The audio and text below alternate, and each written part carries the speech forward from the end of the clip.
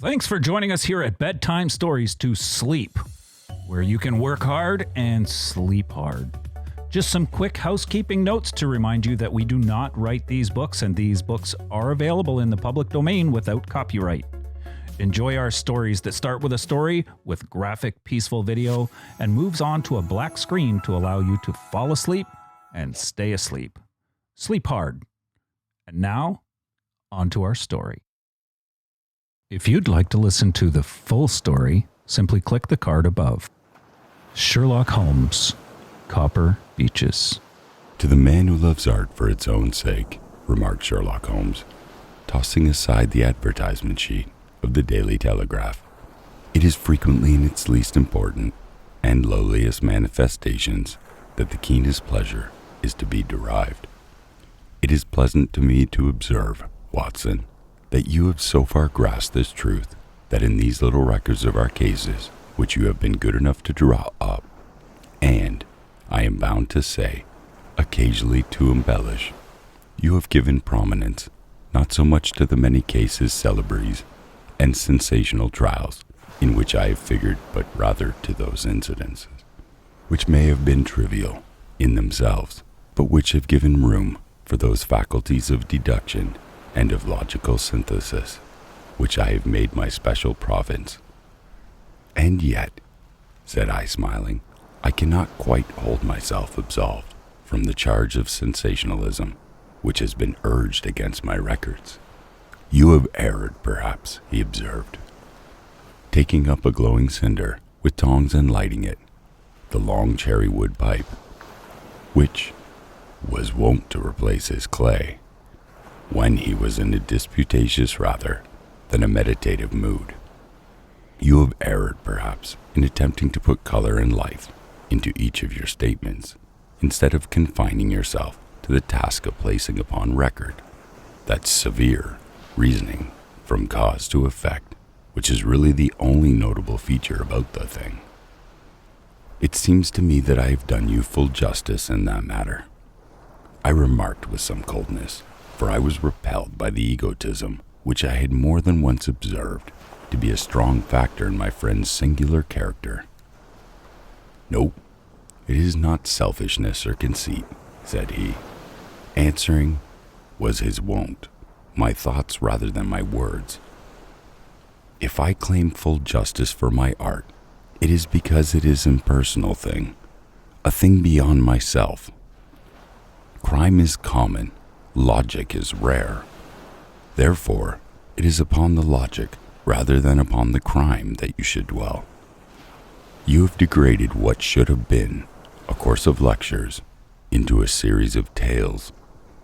It was a cold morning of early spring, and we sat after breakfast on either side of a cheery fire in the old room at Baker Street. A thick fog rolled down between the lines of dun-colored houses, and the opposing windows loomed like dark, shapeless blurs through the heavy yellow wreaths.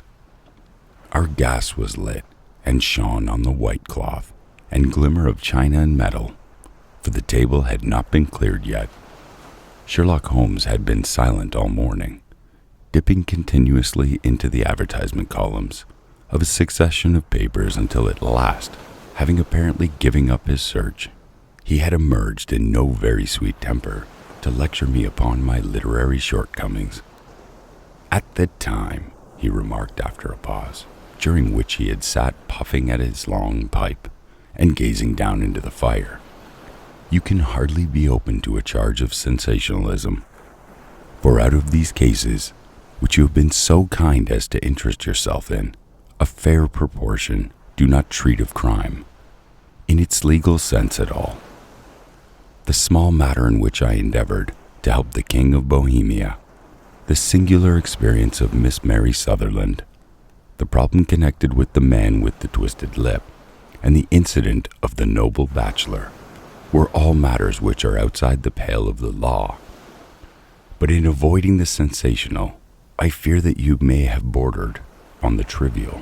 The end may have been so, I answered, but the methods I hold to be novel and of interest. Pshaw, my dear fellow.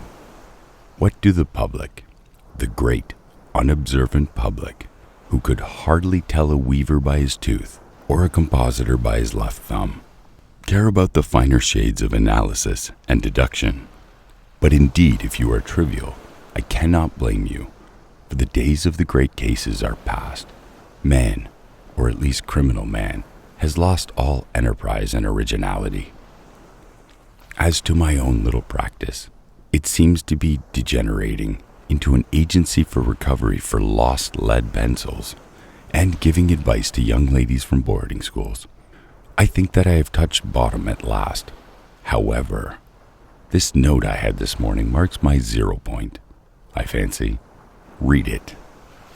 He tossed a crumpled letter across to me. It was dated from Montague Place upon the preceding evening, and ran thus: Dear Mr. Holmes, I am very anxious to consult you as to whether I should or should not accept a situation which has been offered to me as governess. I shall call at 10:30 tomorrow, if I do not inconvenience you. Yours faithfully, Violet Hunter. Do you know the young lady? I asked. Not I. It is 10:30 now. Yes, and I have no doubt that is her ring. It may turn out to be more of interest than you think.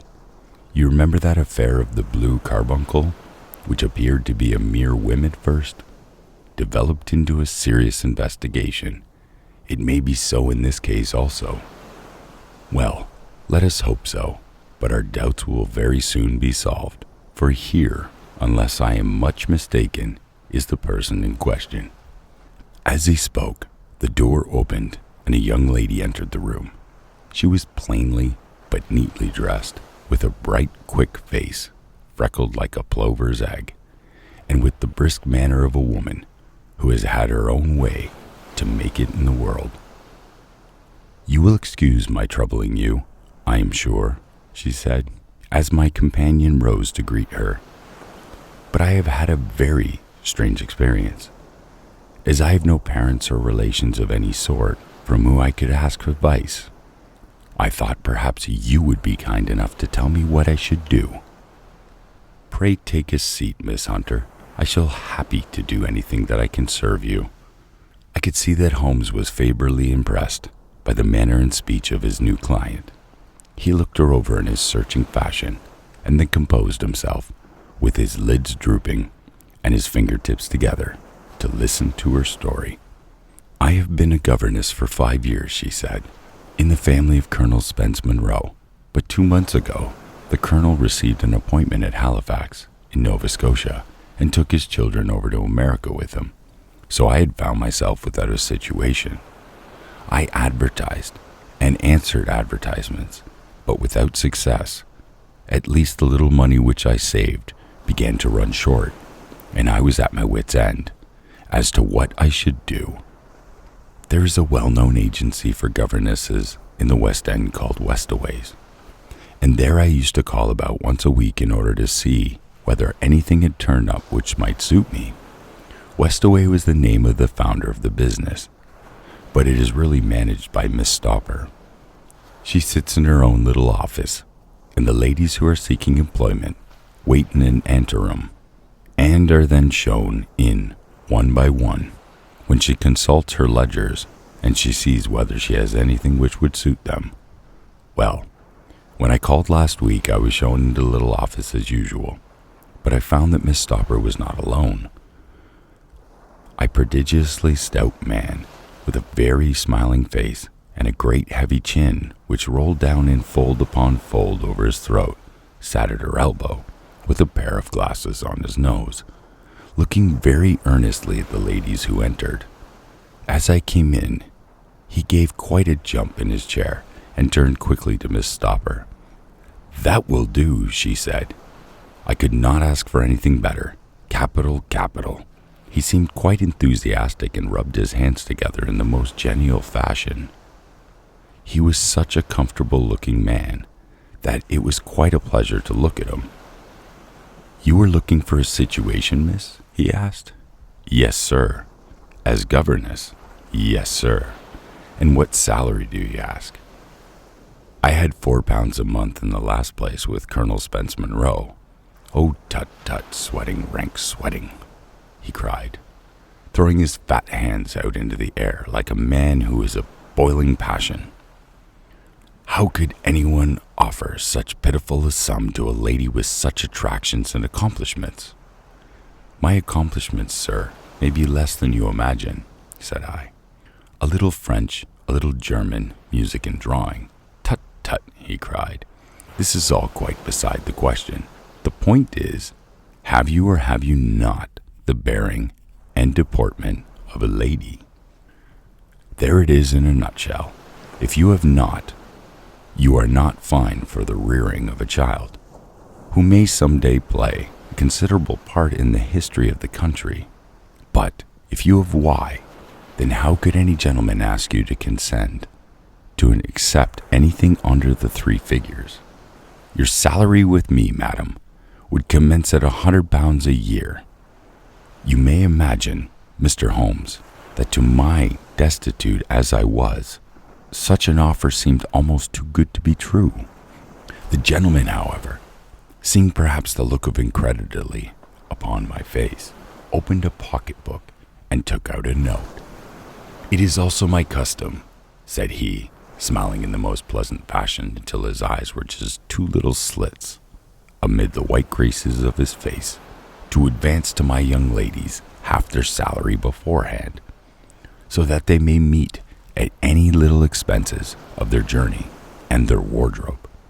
It seemed to me that I had never met so fascinating and so thoughtful a man. As I was already in debt to my tradesmen, the advance was a great convenience, and yet there was something unnatural about the whole transaction, which made me wish to know a little more before I quite committed myself. "May I ask where you live, sir?" said I. "Hampshire, charming rural place. The Copper Beeches, 5 miles of the far side of Winchester. It is the most lovely country, my dear young lady, and the dearest old country house. And my duties, sir, I should be glad to know what they would be. One child, one dear little romper, just 6 years old. Oh, you could see him killing cockroaches with a slipper. Smack, smack, smack. 3 gone before you could wink." He leaned back in his chair and laughed his eyes into his head again. I was a little startled at the nature of the child's amusement, but the father's laughter made me think that perhaps he was joking. "My sole duties, then," I asked, "are to take charge of a single child?" "No, no, not the sole, not the sole. My dear young lady," he cried, "your duty would be, as I am sure your good sense would suggest, to obey any little commands my wife might give, provided, as always, they were such commands as a lady might with propriety obey. You see no difficulty, eh? I should be happy to make myself useful." "Quite so. In dress now, for example. We are fatty people, you know, fatty but kind-hearted. If you were asked to wear any dress which we might give you, you would not object to our little whim, eh?" "No," said I, considerably astonished at his words. "Or to sit here, or sit there, that would not be offensive to you?" "Oh, no." "Or to cut your hair quite short before you come to us. I could hardly believe my ears, as you may observe, Mr. Holmes. My hair is somewhat luxuriant, and of a rather peculiar tint of chestnut. It has been considered artistic. I could not dream of sacrificing it in this offhand fashion." "I am afraid that is quite impossible," said I. He had been watching me eagerly, out of his small eyes, and I could see a shadow pass over his face as I spoke. "I am afraid that is quite essential," said he. "It is the little fancy of my wife's. You know, madam, ladies' fancy must be consulted. And so you won't cut your hair?" "No, sir, I really could not," I answered firmly. "Ah, very well. Then that quite settles that matter. It is a pity, because in our other respects, you would really have done very nicely. In that case, Miss Stopper, I had best inspect a few more other young ladies." The manageress had sat all this while busy with her papers, without a word to either of us, but she glanced at me now with so much annoyance upon her face. I could not help suspecting that she had lost a handsome commission through my refusal. "Do you desire your name to be kept upon the book?" she asked.